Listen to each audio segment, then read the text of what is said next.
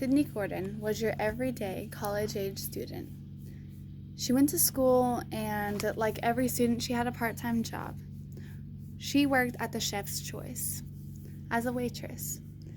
And this all started one day when she was at work and she was super tired and almost done with one of her shifts. And she had one more table, so she went to table 52. And there was an old man in a blue zoot suit. He looked so out of place, it was crazy.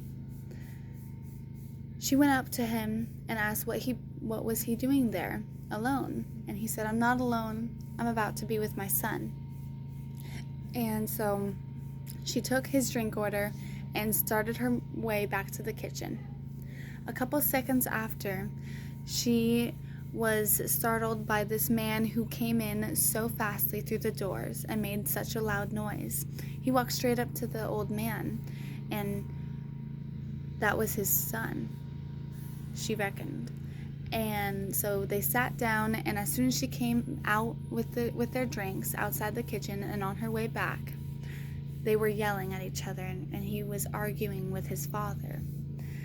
And as soon as she went to the table, the son stood up and knocked the water all over the father and left the restaurant.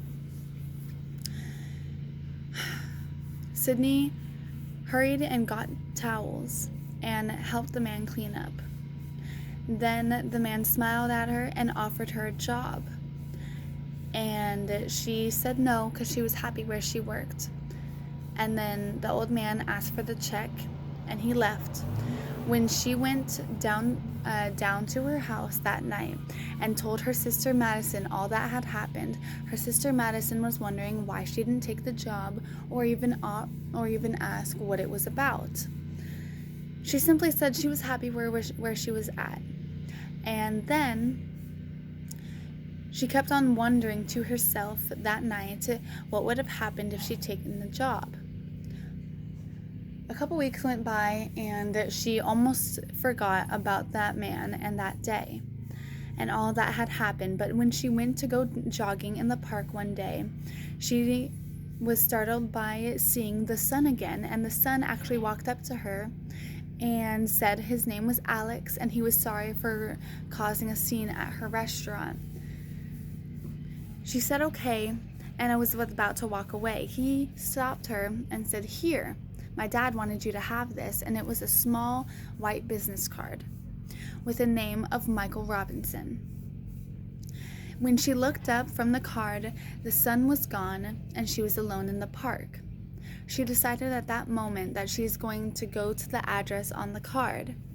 So she went there, and it was a small Chinese hotel. As she walked in, she was met and greeted by this small little nerdy girl by the name of Samantha. Then Samantha led her to Maribel, who was this awful girl with a terrible attitude. But finally she was rescued by Michael. And Michael offered her the job in which she took. What was the job, you might ask? It was simply what you would think is the secretive spy job. And she got a mission. And her mission was to find this man who was terrorizing the city. And as she went, at first she didn't want to go because she was scared. So they got a few weeks of training in. And as soon as she felt like she was ready, then she finally went and found out that it was actually the son who was terrorizing the city. So they had a battle, and Alex tried to fool Sydney, but Sydney was too strong for that. He said that it wasn't him and it was someone else, but she didn't believe him, even though she threw him in jail. And it was hard to go tell the old man, Michael, that it was his son. Michael was confused and conflicted and did not speak to Sydney for weeks. But then 3 girls went missing that next week, and the same note that the first terrorist left all those times was there, and she knew that she caught the wrong guy. She went and she searched and she asked for help from all of her other agents. And then, as she got good counsel from that little nerdy girl, Samantha gave her some valid information that someone in the business threatened her a week ago because she found some evidence. Then she said she wouldn't say any more, so she went and she told her an address. And Sydney went to that address that night and found that it was actually Maribel. And Maribel was using and threatening Alex to take the blame and take the fall. And as she fought and almost risked her life for the city, she finally caught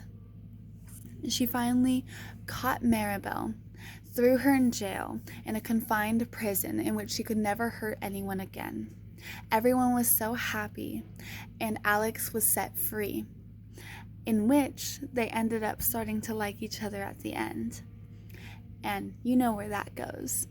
Everyone was so happy, and that concludes the story of Sydney Gorden.